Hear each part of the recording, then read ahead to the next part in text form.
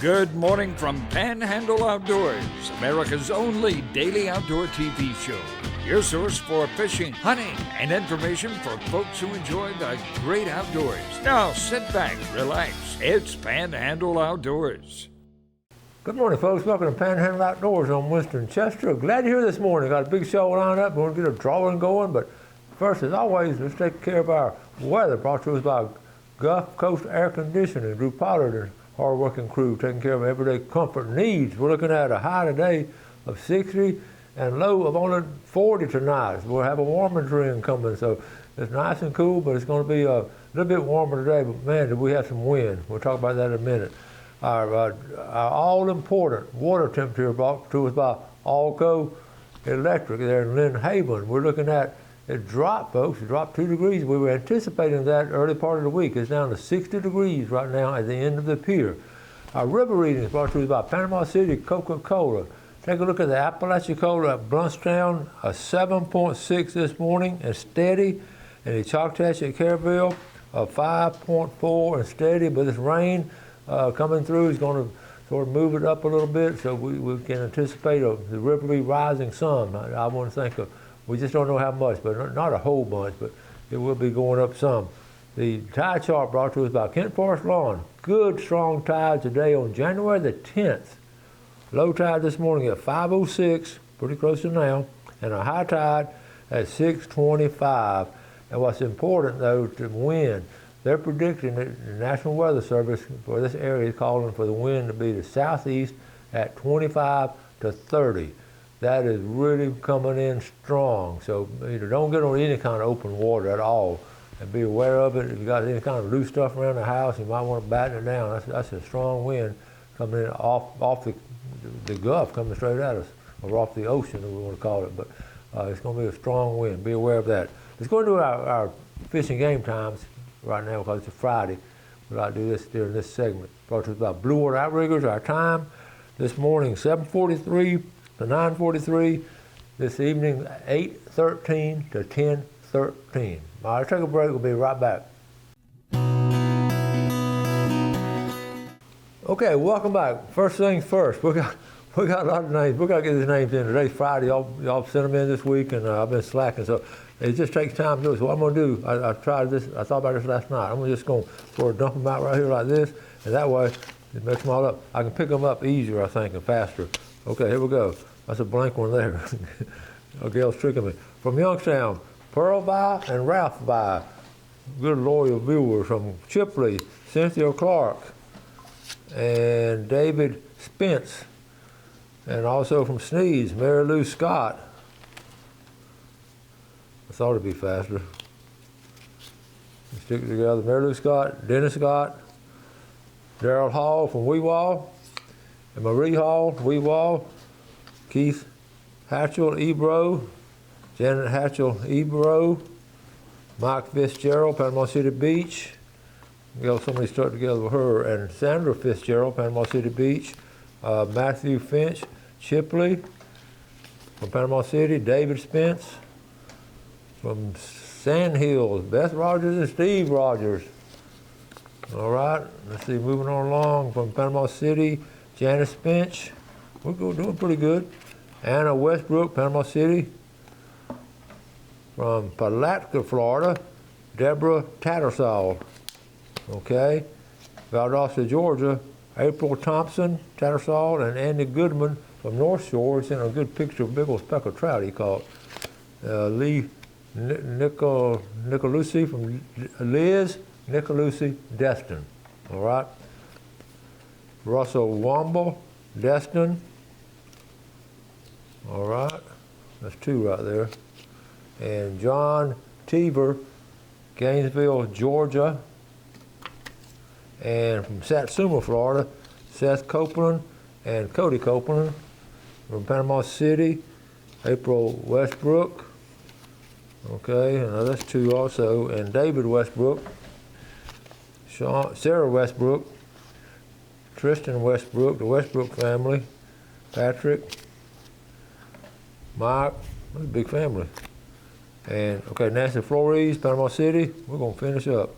Jan Vest Parker, David Vest Parker, like I say, Nancy and Tom Platt, Panama City. We got a whole segment in here, okay?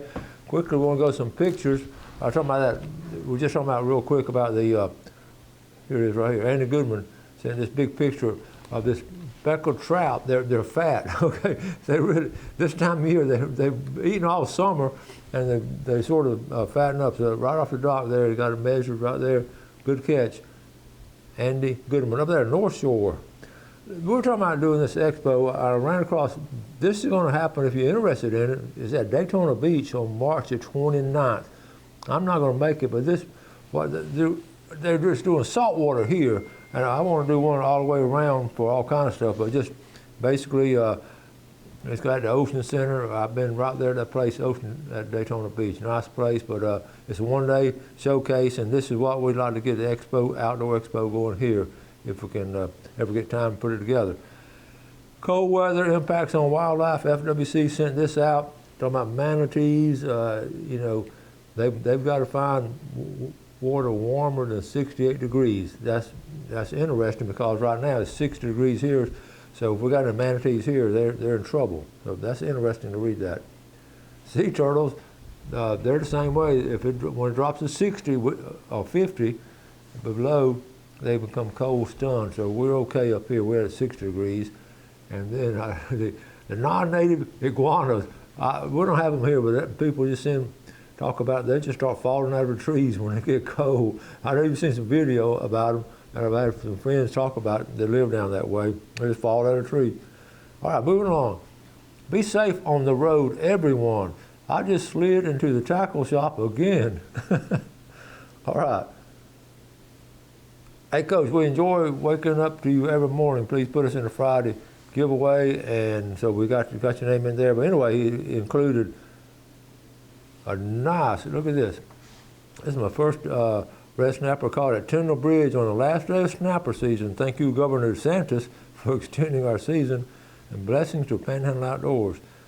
Keith Keen. Now, isn't that a nice red snapper out there? That really is. Okay, that's a picture. I've had a lot of comments from different people. One more, let's end on this one. This is funny. This is back when a school bus driver, he would hunt. He would actually hunt before he got on a bus, and he got one that morning, and his name Wayne Roselle, I don't know where, Chadwick School District. It wasn't unsafe to have your deer gun on a bus in 1963, so that's when it was. So the kids were all excited because they had a deer on their bus. So times have changed, but that good picture there. And also talking about stuff coming up, January 31st, Park After Dark down at St. Joe State Park. This actually from 5 to 7, and it's going to have all kind of, you can sort of park there and take all kind of pictures all after dark. January 31st, St. Joe State Park. Put that on the calendar. You want to do some outdoor photography. Let's take a quick break. We'll be right back.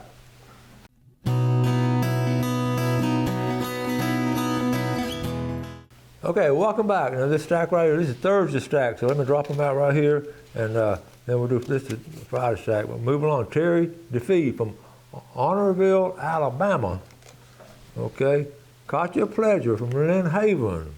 All right. And Mike Pledger, Lynn Haven. Loyal viewers been with us a long time. Their girls are grown now. It's hard to believe. Faith Owens, Weewall.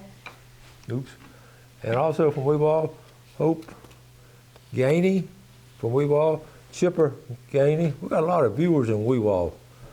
Chris Upchurch Weewall and Melissa Upchurch Weewall. Michael Stringfeller, Weewall, and Charles Stringfeller, Weewall. From Panama City, actually Southport, Joe Regadio, he's actually my neighbor up the road. Rob Haney from Port St. Joe, Rob been with us. Ernie Regadio from Southport. And this is coming in from Deer Point Lake. Pam Tiller and Slim Tiller. Listen, this is funny, Slim brought it by the house, okay, to make sure he couldn't get a hold of me on email and everything, so he wanted to be sure he came by the house to make sure I got his name in and stuff. Slim Tiller and Pam Tiller, you're in here now, buddy. That was Thursday. This is Fridays. This is today. So this will catch us up, all right? All right. I don't know if this helps or not. It helps me a little bit. All right, here we go. Melissa Deal from Lake Jackson in Florala, Alabama. But their winter home is Fannin Bayou in Southport. Ed Kirkland, St. Andrews. Margie Gilmore, Panama City. Dr. Kristen Keene, Miramar Beach. Darlene Harris, Panama City. Johnny Harris, Panama City. All right. Becky Kirkland, St. Andrews. David Gilmore from Panama City, been with us a long time. Gerald Taylor, Coach Gerald Taylor. Mary Elizabeth Taylor, all from the Sand Hills. Good to hear from you, Gerald. Braden Harris, Panama City, St. Andrews. Kenny Bostrick, Lynn Haven. Michael Harris, Panama City. Martha Bostrick, Lynn Haven. A couple more. Joe Deal from Lake Jackson, Florala, Alabama, and Fannin Bayou. Kevin Keene, Panama City Beach. Gina Keene, Panama City Beach, and Keith Keene. Big family there. All right, okay, we're getting filled up. So listen, a couple more pictures, and we'll get ready to do a drawing. Finally, it was interesting. I was looking at some things last night, and I ran across. I thought I'd share this with you. If y'all win the lottery, and if you're a deer hunter, this is what when a deer hunter wins the lottery. This will be your tree stand. Can you imagine that? Up on top of a hill, if you win it. Okay. This was interesting. I was reading this last night. Basically, FWC enhances boater safety with an interactive waterway app campaign. So I'm not going to read it all to you, but basically, you get this app, and here it is right here. See this app right here? And it will tell you all kind of things about when you're out in the water. First of all, it will give you location, and you put if you put the area you're going to. It can tell you what's the water temperature and everything. It's really interesting. It can tell you the wave action. It's really it's called a DECKEE, D-E-C-K-E-E. So it's really especially for people learning the water. This is a magazine right here, Tide. This is the Coastal Conservation Association magazine, and I got it yesterday or a couple days ago. And it picked out, it's an interesting read, but the top 4 pictures of the year, they do outdoor photography. I think this is the Texas coast right here. They're fishing. That's a great picture there. And then I love this one. Again, this is out in Texas, but look how clear that water is. You can't see, luckily you can see like the sky and the clouds, but you don't know if it's on land or in the water. That redfish, a beautiful picture there of that redfish. And then this is when some snook come. Oh, you got thousands of mullet, but they call it respect because when the snook come in, those mullet just open up an area and they all sort of go away from them. So that's a great underwater photography of what's going on right there. And this is called the end. This is what if you're shrimp, a live shrimp, that's the last thing you're going to see when the speckled trout come in toward you. I like this because it shows speckled trout has these teeth on them, and a lot of times you can really, especially you see those top 2 right up there. That can hurt you really if you get bit. You don't want to stick your hand in there. Okay, old picture of this roadside. These folks coming down. This back in '61, and the roadside tables, and they didn't want to get eaten by the bugs. I'm trying to stay away from bugs in Florida. I thought that was a good one. Okay, I want to touch base on this. A good friend of mine, Diane Wishart, her late husband Ray Wishart was a good friend of mine. Basically, and I've heard about this before, sago palm poisoning. And anyway, she had 2 dogs, and she lost. Here's what happened. I've heard this before. I never known about personally. They actually lose their dog, and these are the plants. And these sago palms right here. Her 2 dogs, for some reason, they got out, and she lost one of them. Basically, Rosie is at the vet getting fluids. Anyway, she lost, I believe, Annabelle. She lost one of the dogs. Annabelle passed away, and she didn't know what it was. And she got the bottom line right here. Bottom line, I'm heartbroken and still can't believe she is gone. We all know the feeling of having a dog and all. And she checked the yard, and she couldn't find anything they could have eaten. And she actually died during the night. And finally found out, the vet told her it was sagos. So this is And I have some sago palms. I've never had trouble with dogs, and these dogs have been around. They've been in the yard for a long time. And why they ate them that particular day, I don't know. But it's sad. So be aware of that. And then I just quickly looked up house plants toxic to dogs. This is crazy. Everything is. Hydrangeas. I mean, look at all this. Look at all these things that dogs can't. Geranium, chrysanthemum, begonia. All the way to daffodils, gladiolas, lantana. They're all over. Lantana's all over the place. Of course, the sago palm, and you see oleander. We have. I'm looking at all the things we have. So anyway, just be aware of it. I don't know. You know, the situation like that, you just don't know what makes the dog want to eat something like that. But anyway, condolences to Diane Wishart. I know that you're real close to her dog. So anyway, let's move on. Let's get our first drawing of 2025. We're going to start out with our good friends down at Gene's Oyster Bar. And some oysters were really good this time of year. All right, so here we go. The winner of the mullet plate. And you know how good that'll be today. Fried mullet from Gene's Oyster Bar. Oops. And the winner, I said, Karen Edwards, Lynn Haven. Karen, you go there and you get the oysters and make Mike buy him some. You get the mullet and make Mike buy him some oysters. Okay, the winner of the $20 gift certificate to Top Rock Seafood from Howard Creek, Emily Prowse. All right. I love to see when these viewers been with us a long time when they win. And the big red snapper goes to, from Clarksville, David, hey boy, David McGeechee. All right, that's three good winners there. They've been, all three of those winners have been watching our show forever, so that's great. We're going to take a break, come back with our famous Friday fishing forecast.